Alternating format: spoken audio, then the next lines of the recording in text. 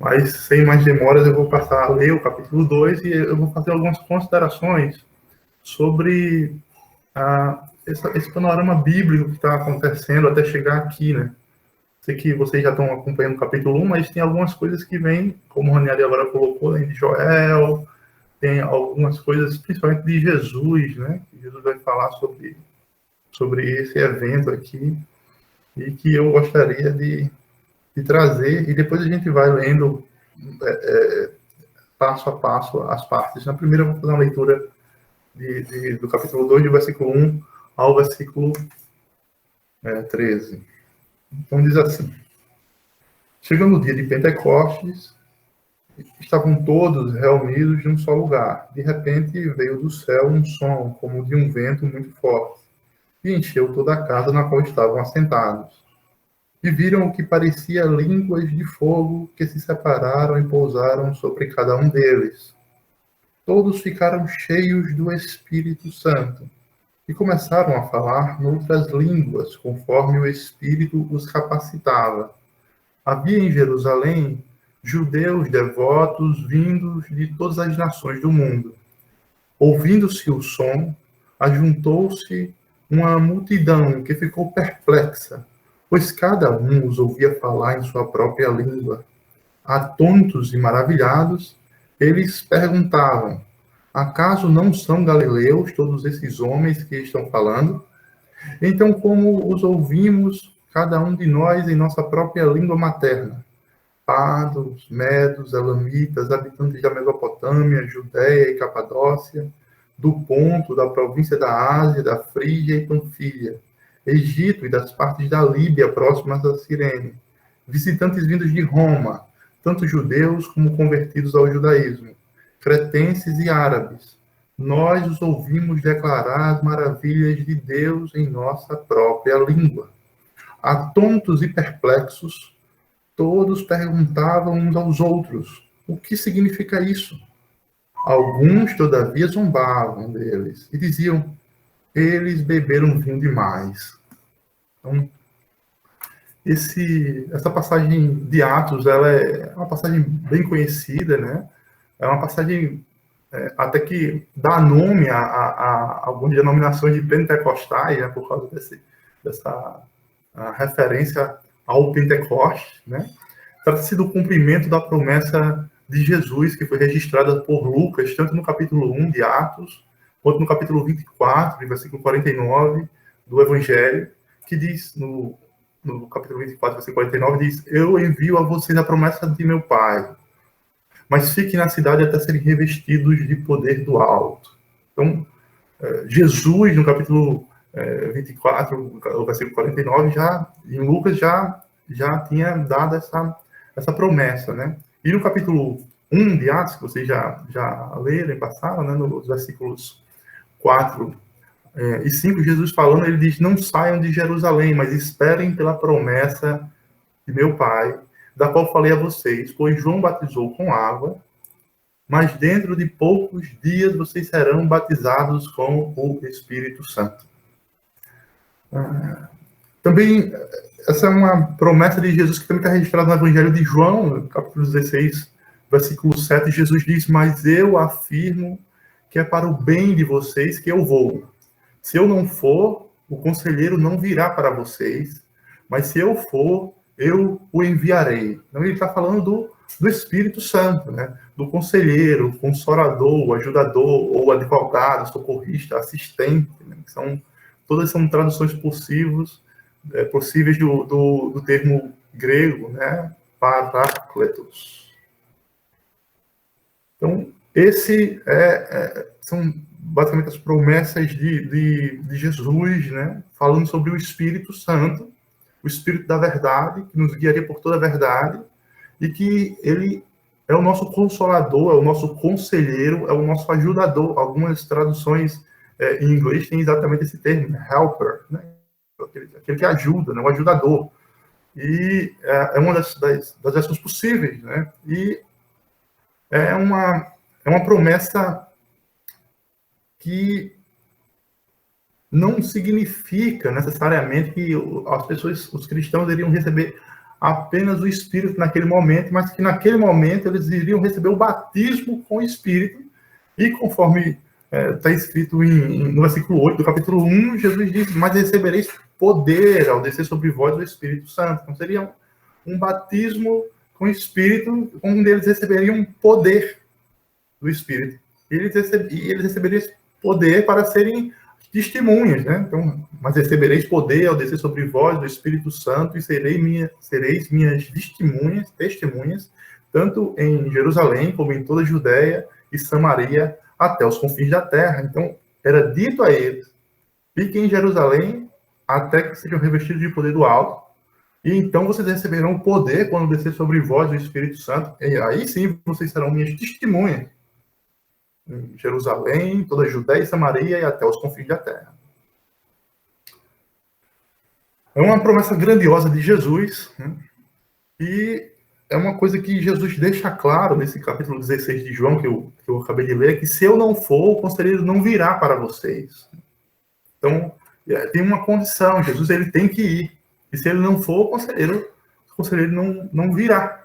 E que perspectiva terrível, né? Que como a igreja teria, então, poder para cumprir essa missão? Que situação!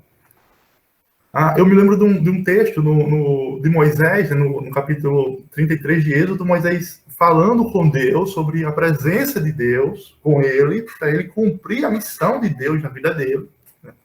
Agora, uma coisa mais pessoal: Moisés estava ali pessoalmente com Deus, pedindo a Deus até para demonstrar sua glória para ele. E Moisés faz uma consideração que toca no meu coração, que me abala. Ele diz assim: se não fores conosco, não nos envies. Como se saberá que eu e o teu povo podemos contar com o teu favor, se não nos acompanhares? Quem mais poderá distinguir a mim e a teu povo de todos os demais povos da terra? Então Moisés, ele pede: Deus, vai conosco, vem conosco. E se o Senhor não vier conosco, não nos envie a fazer nada. Porque nós não poderíamos nem se distinguir dos demais povos da terra. Então, o Espírito Santo, na vida da igreja, na vida do povo dele, é uma diferença enorme. Em relação aos outros povos da terra. Então, essa promessa, essa descida do Espírito Santo, ela tem um aspecto crucial na história da igreja. Está ali no começo de Atos, o capítulo 1 está preparando para esse evento do capítulo 2, e agora você começa a história, né? O título do livro acabou sendo Atos dos Apóstolos, mas talvez fosse bem correto dizer Atos do Espírito por meio da igreja, porque você vai ver coisas relacionadas a diáconos, e a outros cristãos aqui, principalmente no capítulo 2, a todos que estavam reunidos, né? Então, não apenas os apóstolos, né? Se estavam reunidos exatamente as 120 pessoas que falam no capítulo 1, versículo 15, nós teríamos pelo menos 108 pessoas, além dos apóstolos, dos 11 mais Matias, né, que ganhou na retirada de sortes para Paulo lá de Judas, Iscariotes. Então, é uma realidade do Espírito na vida da igreja aqui, e é uma promessa que depende até da exaltação de Cristo, né?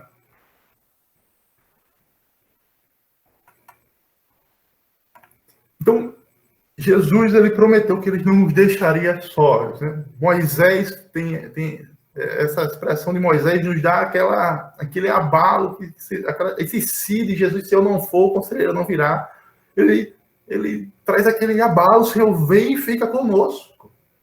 Mas Jesus, ele não nos deixa sós. Ele disse que pediria ao Pai e que o Pai daria o conselheiro para estar conosco para sempre, o Espírito da verdade.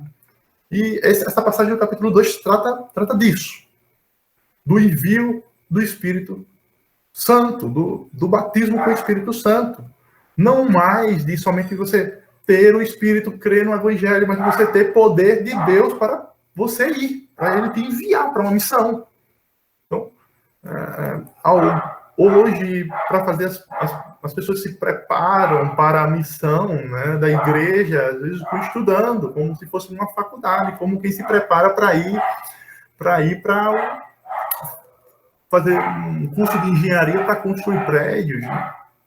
Mas a preparação da igreja aqui, além do ministério de Jesus, foi relativamente curto, né? Nos 3 anos que eles acompanharam Jesus até a sua crucificação, e depois que ele ressuscita, 40 dias com os discípulos ainda ensinando. O que faltava a eles, então, para Jesus, e o que eles deveriam esperar para serem capacitados, era o poder do Espírito Santo.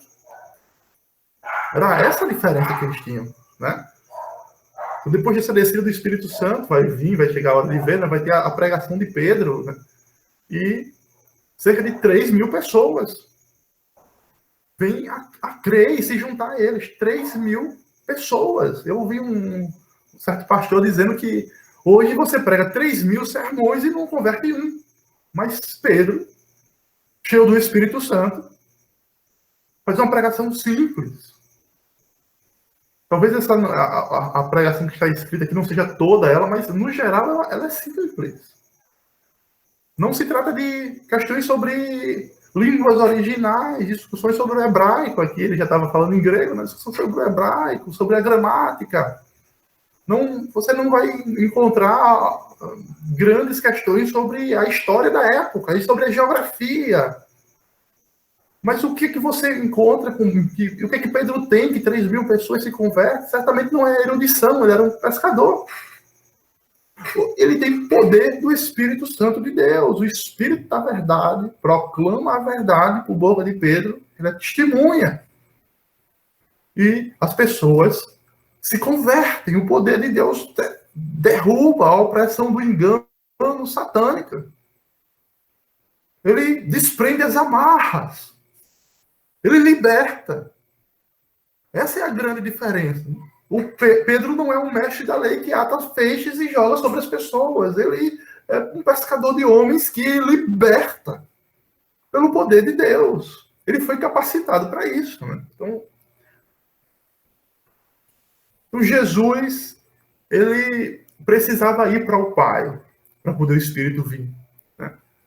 E Jesus, ele é o nosso Cordeiro Pascal, né? Como temos em 1 Coríntios 5:7, né? Livrem-se do fermento velho, para que sejam massa nova e sem fermento, como realmente são. Pois Cristo, nosso Cordeiro Pascal, foi sacrificado. Então, para ele ir para o Pai, ele precisava ser sacrificado, ele precisava passar pela cruz.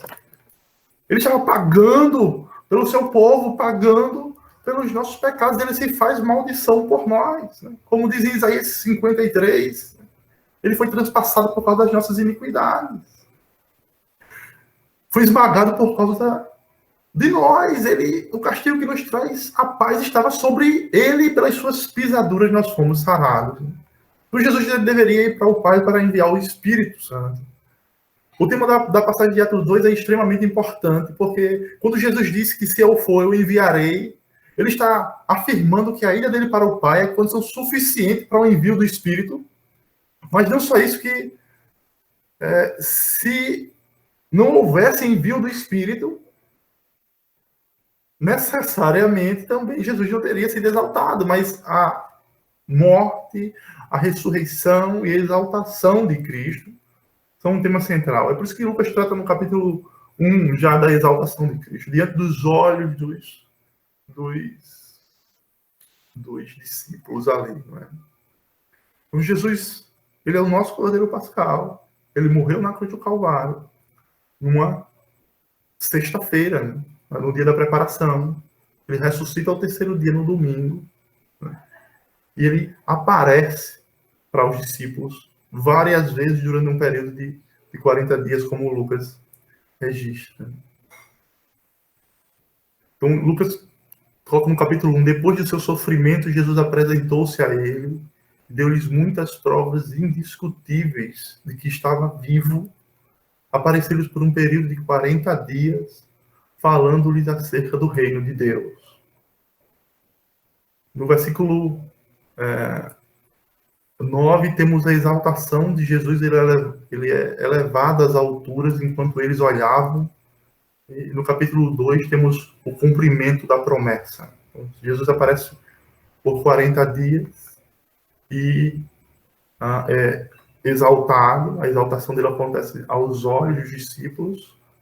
Então os discípulos aguardam em Jerusalém até que sejam revestidos de poder do alto, e a gente chega no capítulo 2. Né? Vamos começar, são 3 parágrafos, eu vou passando parágrafo a parágrafo, fazendo alguns comentários. Certo? Então, chegando o dia de Pentecostes, estavam todos reunidos num só lugar. De repente veio do céu um som como de um vento muito forte, encheu toda a casa na qual estavam assentados. E viram que parecia línguas de fogo que se separavam e pousavam sobre cada um deles. Todos ficaram cheios do Espírito Santo e começaram a falar em outras línguas conforme o Espírito os capacitava.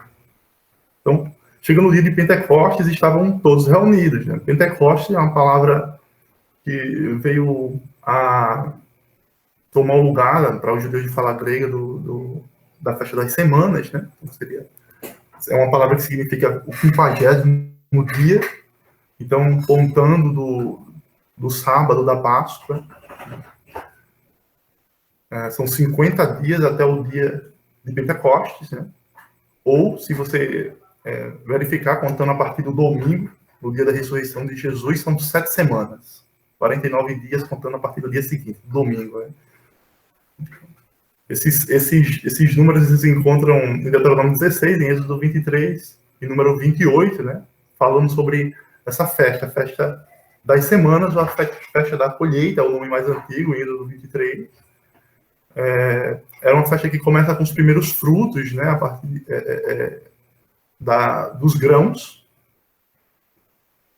e vai terminar com a colheita, e começa depois a festa dos tabernáculos, que vai ver os primeiros frutos das frutas, né? E enquanto a Páscoa, que vem antes delas, né, que é no primeiro mês, é uma festa que se oferece o cordeiro de um ano sem defeito, né? Então, como se fosse uma primícia do rebanho.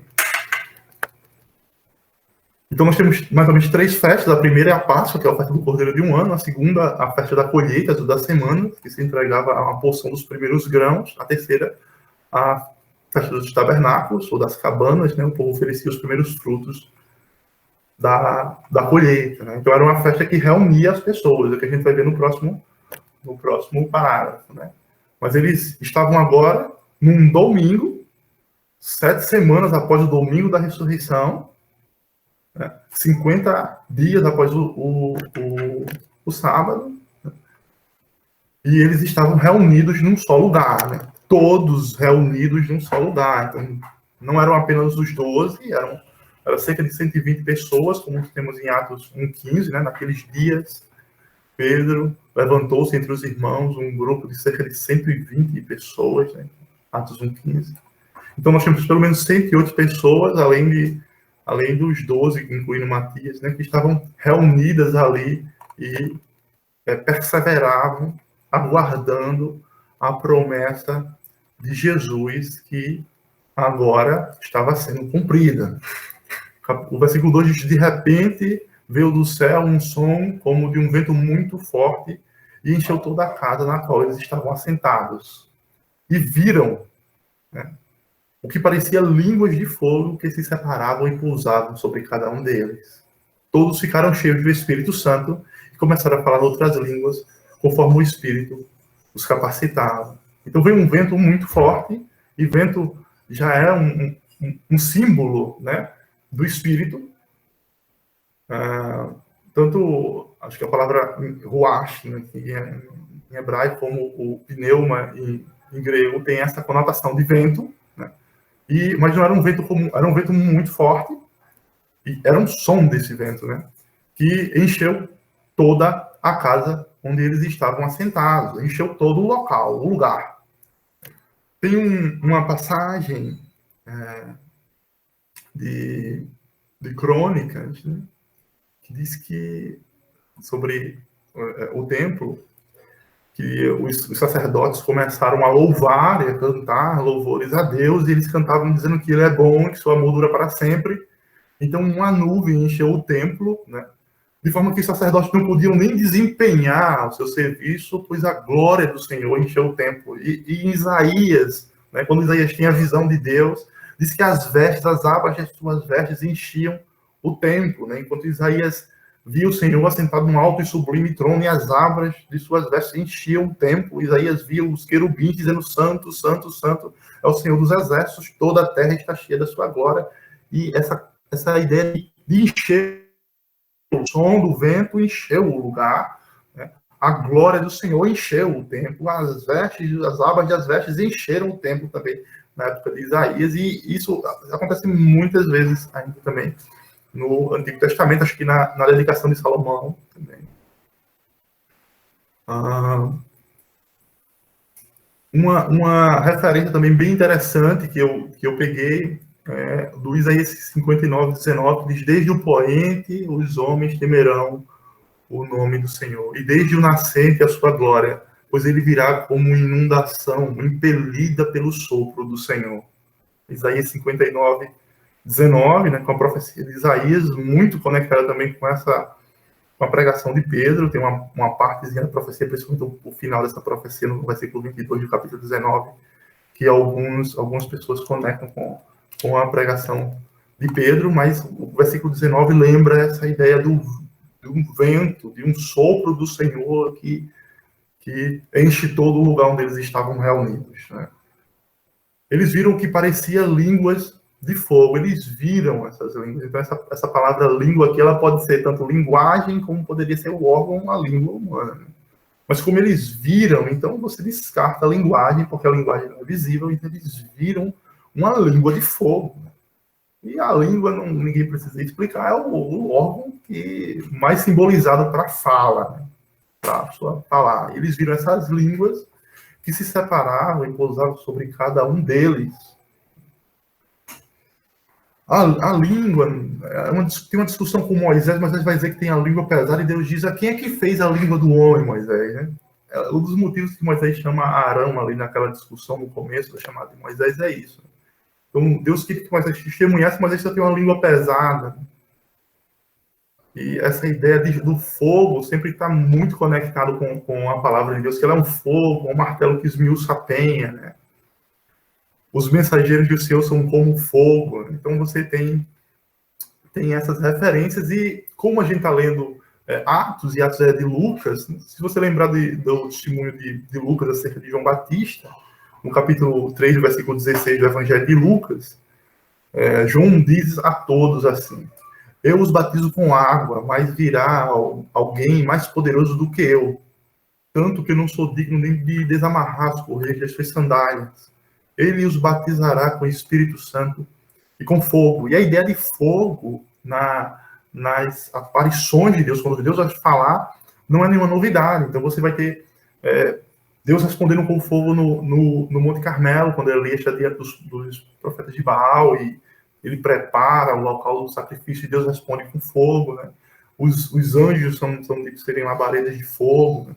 Deus fala com Moisés no meio de uma sarça que arde em fogo e não se queima, né? Então a sarça estava lá, ardendo em fogo, não se queimava, e Moisés corre para lá para ver aquela visão, tira as sandálias dos pés, né? Porque o lugar onde está a Terra Santa, Moisés tira, e Deus fala com Moisés e se revela ali, diz que ele é o Eu Sou, né? E que ele estava mandando Moisés para uma missão nesse chamado, com essa relação com o fogo, né? Também Isaías, dentro do templo, lembrando que o fogo arderá continuamente sobre o altar, é um dos mandamentos em Levítico, que os sacerdotes tinham essa missão de manter os sacrifícios e o fogo, né, sobre o altar. De certa maneira, nós somos um altar de Deus, né? Em Isaías também, no chamado de Isaías, você vai ver que o anjo vai lá e pega uma brasa tirada do altar, né, e toca aos lábios de Isaías, e diz que a iniquidade dele foi purificada. E depois disso aqui é o chamamento: a quem enviarei, quem há de ir por nós? Isaías diz: eis-me aqui, envia-me, né? Então essa ideia do fogo, da língua, da boca, tem essa noção geral na Bíblia, né? Essa simbologia, você não pode dizer que é isso, é aquilo, mas você também não pode ignorar os textos bíblicos que remetem a essa ideia do fogo, da língua, né? Essas línguas, elas se separavam e pousavam sobre cada um deles, né? E todos ficaram cheios do Espírito Santo e começaram a falar outras línguas conforme o Espírito os capacitava. Então, eles já não eram mais, eles não falavam mais nas suas capacidades pessoais, né? As suas próprias habilidades, né? Mas eles agora estavam sendo cheios do Espírito Santo, estavam proclamando as maravilhas de Deus, até por meio de línguas que eles não saberiam falar, né? Isso é uma das coisas que o Espírito operou aqui neles, mas esse testemunho, essa ideia de ser testemunha, também está envolvido com essa ideia de você falar, de você proclamar, né? De você dizer o testemunho, né?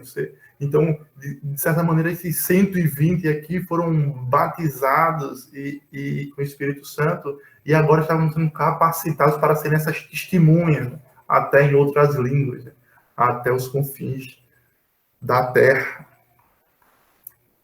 Então, vamos para o próximo parágrafo, que vai ser mais rápido, porque não tem tantos símbolos, tantas coisas, e é mais simples, né? Diz assim: havia em Jerusalém judeus e devotos a Deus, vindo de todas as nações do mundo. Ouvindo-se o som, ajuntou-se uma multidão e ficou perplexa, pois cada um ouvia falar em sua própria língua. Atônitos e maravilhados, eles perguntavam: acaso não são galileus todos esses homens que estão falando? Então, como os ouvimos, cada um de nós, em nossa própria língua materna? Pardos, médios, elamitas, habitantes da Mesopotâmia, Judéia, Capadócia, do Ponto, da província da Ásia, da Frígia, Panfilha, Egito, e das partes da Líbia próximas a Cirene, visitantes vindos de Roma, tanto judeus como convertidos ao judaísmo, cretenses e árabes. Nós os ouvimos declarar as maravilhas de Deus em nossa própria língua. Atônitos e perplexos, todos perguntavam uns aos outros: o que significa isso? Esse texto ele é bem interessante, porque agora você tem aquelas pessoas que vieram de todas as regiões, tanto judeus, né, quanto convertidos ao judaísmo, que estavam dispersos em vários locais, em várias línguas diferentes, que eles estavam agora indo a Jerusalém, e eles ouviram esse som, o som lá, o som do vento impetuoso, né? E se juntou uma multidão que ficou perplexa, porque eles ouviram alguns deles falando em sua própria língua. Não se trata de que eles tivessem uma capacidade especial de ouvir, né? Mas eles estavam ouvindo nas suas línguas maternas. Então, o que estava acontecendo era que as pessoas que estavam sendo usadas por Deus, entre esses 120 pessoas, né, elas estavam falando em diversas línguas inteligíveis, humanas, né?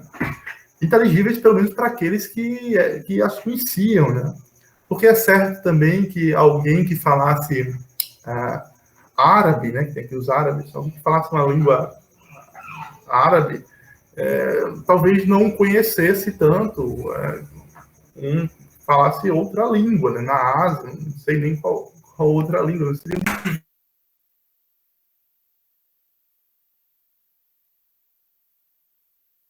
entendida, por isso que os evangelhos são em grego, o Novo Testamento é em grego, koiné, né? Se alguém falasse aramaico, e outro falasse hebraico, e outro falasse árabe, a não ser que a pessoa conhecesse todas essas línguas, algumas línguas elas não conheceriam.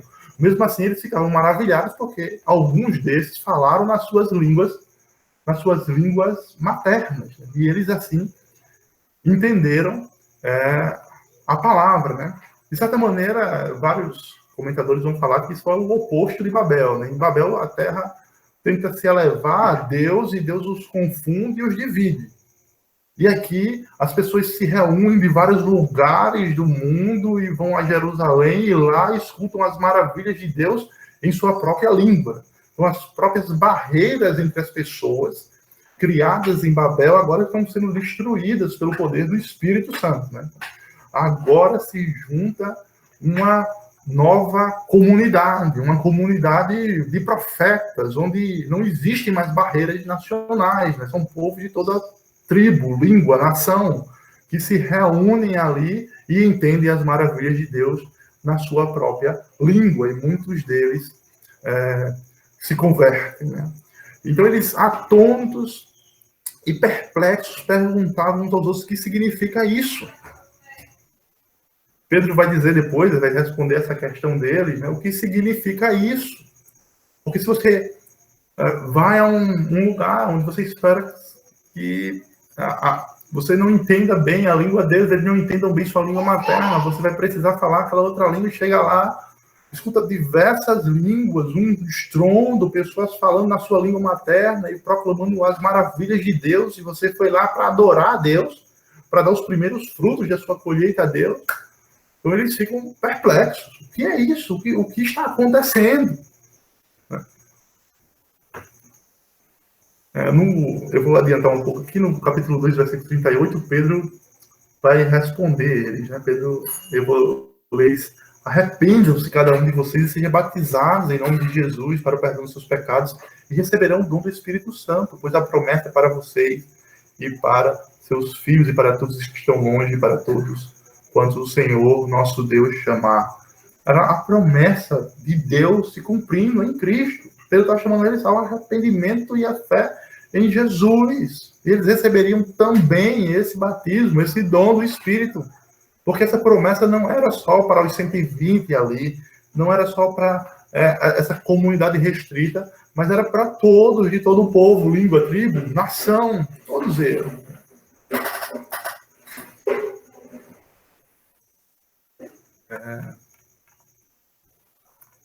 No capítulo 59 de Isaías, eu vou ler agora a passagem toda, né, que eu já citei o versículo 19 ao 21, você tem essa promessa. Diz assim: desde o poente os homens temerão o nome do Senhor, e desde o nascente a sua glória. O nome do Senhor se estenderia por toda a terra. Pois ele virá como inundação expelida pelo sopro, como inundação impelida pelo sopro do Senhor. Então, diria o Senhor como uma inundação impelida pelo seu sopro.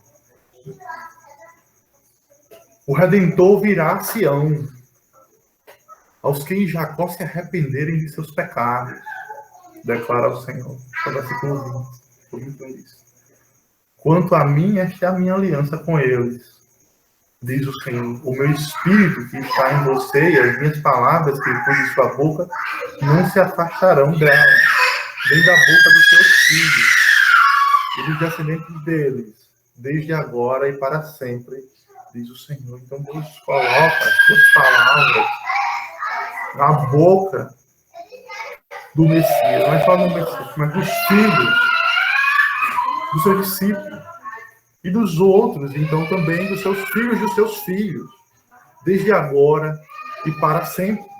Então, a promessa e essas línguas como de fogo se separam e pousam sobre cada um deles, faz com que essa comunidade do pacto, esse povo, esses discípulos de Cristo já não sejam mais forasteiros, já não pensem em Deus como distante deles, mas é Deus habitando neles, e Deus capacitando eles, e Deus falando pela boca deles, desde agora e para sempre. E começa ali na descida do Espírito. Jesus diz em João que o Espírito nos capacitaria a entender as palavras de Jesus e até a ouvir coisas que nós ainda não estávamos, não seria possível que nós suportássemos, que os discípulos suportassem ali, né? E eu estou já colocando na primeira pessoa com nós, né? Porque a mim me parece justo que todo cristão se transporte para essa promessa. Porque essa promessa não é só para os apóstolos, não é só para os discípulos no primeiro século. O que está dizendo aqui é que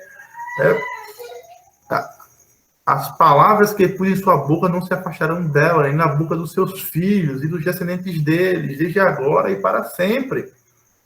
A promessa do Espírito é para que ele esteja conosco para sempre. Para que nós sejamos capacitados e vivamos pelo Espírito. Então, esse cumprimento da descida do Espírito ela traz vida, traz um fogo missionário às pessoas. E as pessoas agora elas têm o desejo de testemunhar, de ir adiante, né? Elas se prepararam, não foi com o esforço humano, né?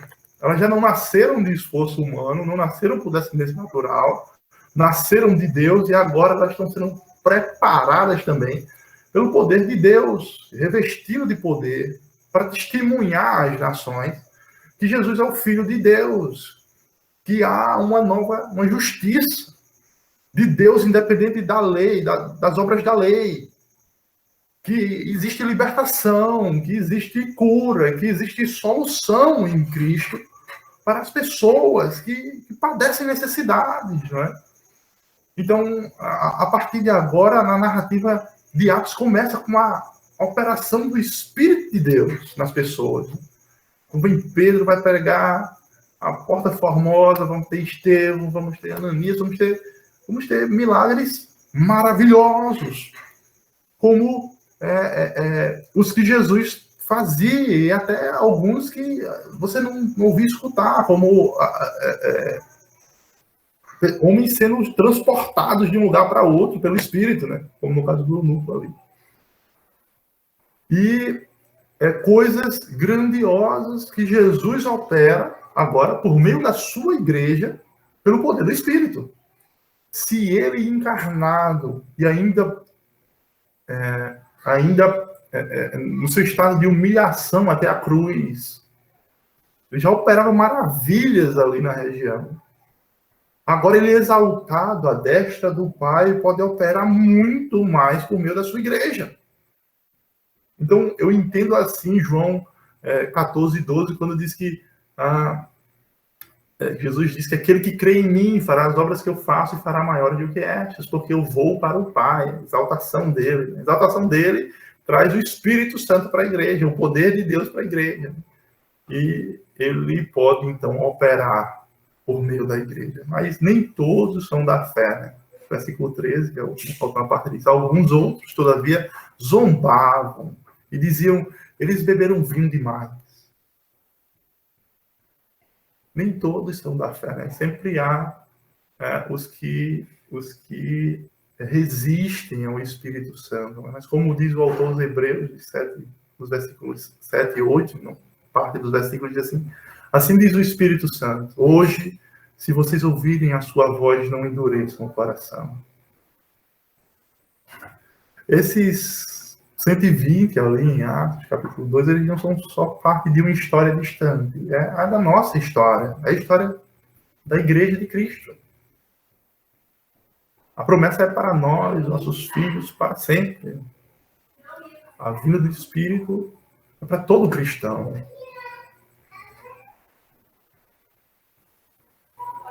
Eles receberam o poder para serem testemunhas em toda a Judéia e Samaria até os confins do mundo. E nós também temos essa missão. Será que nós não temos capacitação para ela? Me parece que Deus nos deu, sim, capacitação. Me parece que quando o Paulo diz em Efésios que Deus nos abençoou com toda sorte de bênçãos espirituais nas regiões celestiais em Cristo, ele está falando alguma coisa sobre isso. Nenhum dom nos falta. Um Deus dá a quem pede. E agora um incentivo à missão, né? Depois desse texto, eu me lembro de João 4:35, que eu falando sobre a vida do Espírito, sobre o poder de Deus, o irmão citou para mim, que se vocês não dizem daqui a 4 meses haverá colheita, eu digo a vocês, abram os olhos e vejam os campos. Eles estão maduros para a colheita. Então, ide por todo o mundo, né? Pregar o evangelho a toda criatura. Aquele que crê e for batizado será salvo. Jesus disse que estaria sempre conosco até o fim dos tempos. E ele estará conosco até o fim dos tempos. Ele não nos deixou só, ele enviou outro, o Espírito da verdade, que nos capacita, que nos impulsiona, que nos consola, que nos ajuda, que vivifica os nossos corpos mortais, que nos dá entendimento da palavra de Deus, que nos ensina que é vivo, verdadeiro, está em nós, é todo poderoso. E o poder de Deus em nós é muito grande, é o mesmo poder que ressuscitou a Cristo entre os mortos. E ele é poderoso para fazer infinitamente mais do que tudo aquilo que pedimos ou pensamos, segundo o seu poder que em nós opera. A Igreja de Cristo Agora, como aquela pedra cortada que derrubou a estátua e cresce, né? E ocupa toda a terra. E nós estamos incumbidos dessa tarefa de irmos até os confins da terra e de avivarmos, então, a nossa fé, a nossa confiança em Jesus, nas palavras dele, nas palavras de Deus. Não são palavras inúteis, não são palavras para outros, são palavras para nós. E tantas quantas forem as promessas de Deus, nós temos em Cristo o sim. Então, nós devemos crer cada vez mais. Eu vou terminar com a oração, se vocês puderem me acompanhar, tá? Vamos orar. Senhor Deus, nós temos lido, Senhor, na Tua palavra, que o Senhor enviou o Espírito Santo, Senhor, sobre os discípulos, ali em Atos 2, um barulho enorme de um vento impetuoso, línguas de fogo repartidas que pousavam sobre cada um deles, eles foram cheios do Espírito Santo e falaram em outras línguas, Senhor, conforme o Espírito os capacitou a falar ali, e as pessoas puderam ouvir as tuas maravilhas, pessoas de todo o mundo que se reuniam ali por causa da festa de Pentecostes, Senhor. Pai Santo, nós cremos, Deus, que o envio do Espírito, Senhor, não foi somente para os tempos dos apóstolos, não foi somente para aquele povo, naquela época, naquela hora, mas ele se repetiu, Senhor, no livro de Atos. E o livro de Atos não encerrou, não como história da igreja. A história da igreja continua, Senhor. E tu escreves, Senhor, a história da igreja nas nossas vidas. Continuam, Senhor, se juntando à igreja, aqueles que o Senhor de antemão conheceu. Pai Santo, que eu me junto, Senhor, com uma oração do irmão que pediu, Senhor, que o teu Espírito Santo venha sobre ele, venha sobre nós, o teu poderoso Espírito Santo, Senhor, nos revestir de poder do alto, para que nós venhamos, Senhor, crer mais na tua palavra, Senhor, que nós venhamos operar, Senhor, pela fé, Senhor, segundo a tua palavra, que nós venhamos testemunhar de ti, Senhor, que nós venhamos conhecer, Senhor, a verdade, que todas as amarras, Senhor, todo o medo, toda a incredulidade, Senhor, venha cair por terra e que nossos corações venham arder, Senhor, com o poder de Deus, como os discípulos no caminho de Emaús, que os seus corações ardiam, que nossos corações venham arder, Senhor, com a verdade, com o desejo de fazer, Senhor, a tua obra, Pai. Nós viemos ser testemunhas tuas, Senhor, em todo o mundo e até os confins da terra. Abençoa cada família, Senhor. Que haja a paz, o amor, a esperança, a fé sobre cada um, Senhor. Que haja confiança em Ti, Pai, que o Senhor é galardoador daqueles que Te buscam.